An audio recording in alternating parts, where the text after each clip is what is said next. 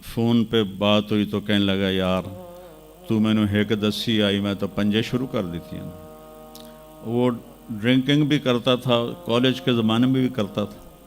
کہنے لگا لو جب میں نے نماز شروع کی تو میں نے کہا میری توبہ, میں شراب کو بھی ہاتھ نہیں لگاؤں گا.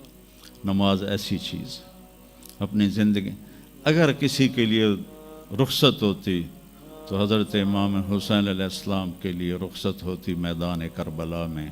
لیکن کیا جنت کے سردار, جنت کے نوجوانوں کے سردار, اور جنگ سے پہلے اونگ آ گئی اور آنکھ کھلی تو مسکرانے لگے. تو بہن زینب علیہ السلام نے پوچھا یہ کوئی ہسن دا ٹائم ہے, اتنی تو مصیبت آئی کھڑی. کہ بہن اللہ کے نبی خواب میں آئے ہیں, فرما رہے ہیں بیٹا میں لینے کے لیے آ چکا ہوں.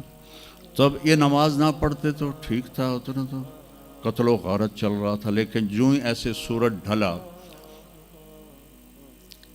تو آپ نے زہیر تھے آپ کے رائٹ سائڈ پر جھنڈا اٹھانے والے, اور لیفٹ پر تھے حبیب, اور درمیان میں تھے عباس اپنے بھائی. تو آپ نے زہیر کو بلایا, کہا یہ شمر سے کہو تھوڑی دیر رک جاؤ میں نماز پڑھ لوں. تو زہیر نے شمر سے کہا, تو شمر نے کہا ہم جنگ نہیں روکیں گے, ہم سر اڑائیں گے. تو انہوں نے واپس آ کر کہا جی وہ انہوں نے جنگ روکنے سے انکار کر دیا ہے. اللہ کی قسم اب ان کے لیے کھلی اجازت تھی کہ یہ چھوڑ دیں اور سر کٹا دیں.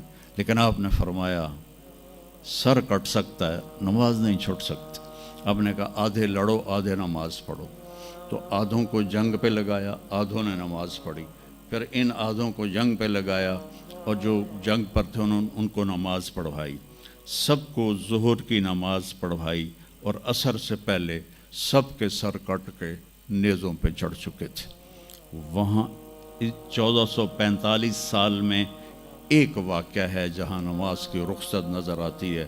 لیکن میرے نبی کے نواسے نے ایک مثال قائم کی, پوری امت کو ایک پیغام دیا کہ زیر خنجر بھی یہ پیغام سنایا ہم نے, نماز نہ چھوڑو. کبھی قضا ہو جائے تو رات کو سونے سے پہلے قضا دے کے سویا کرو.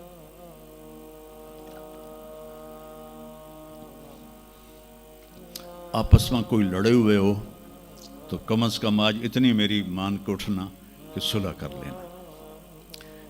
یہ کوئی بچیاں آپس میں کسی سے بول چال بند ہو, یا آپ بچوں کی آپس میں کوئی بول چال بند ہو, تو ایک دوسرے کو معاف کر دینا.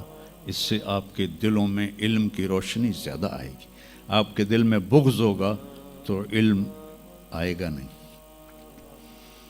تو اگر اپنے حافظے کو اچھا کرنا ہے, اگر اپنے حافظے کو, تو دل سے سب کی نفرت نکال دو, اور پیٹ بھر کے کھانا نہ کھاؤ, اور اپنی نظروں کی حفاظت کرو. آپ کا حافظہ 16 سال والا رہے گا 70 سال تک. حافظے کو خراب کرنے والی یہ چیزیں ہیں. پھر جن سے پڑھتے ہو ان کو عزت دو, ان کا ادب کرو, ان کا احترام کرو.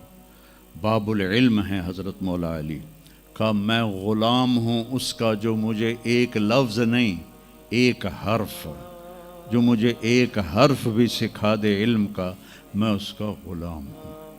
تو جو آپ کے ٹیچر ہیں یا لیڈی ٹیچر ہیں, وہ آپ کو جو کچھ بھی پڑھاتے ہیں, ان کا احسان ہے آپ پر. آپ ان کو عزت دیں, ان کو احترام دیں. ان میں سے کوئی دعا دے دے گا آپ کا کام بن جائے گا. تو میں اسکول میں تو دعائیں لے نہ سکا استادوں کی, لیکن جب میں مدرسے میں داخل ہوا تو میں نے اپنے سارے استادوں کی دعا لی ہوئی ہے, ان کی عزت اور ان کے احترام سے. تو چونکہ آج کل بہت زیادہ آزاد ماحول ہو گیا ہے, تو وہ اپنے ٹیچر کو ایزی لیتے ہیں کہ کوئی ان کی بےعزتی کر دے, کوئی ان کے آگے بگڑ جائے تو اس کو برا نہیں سمجھا جاتا. لیکن بیٹا کتاب ایک ذریعہ ہے, علم آسمان سے آتا ہے, اور اس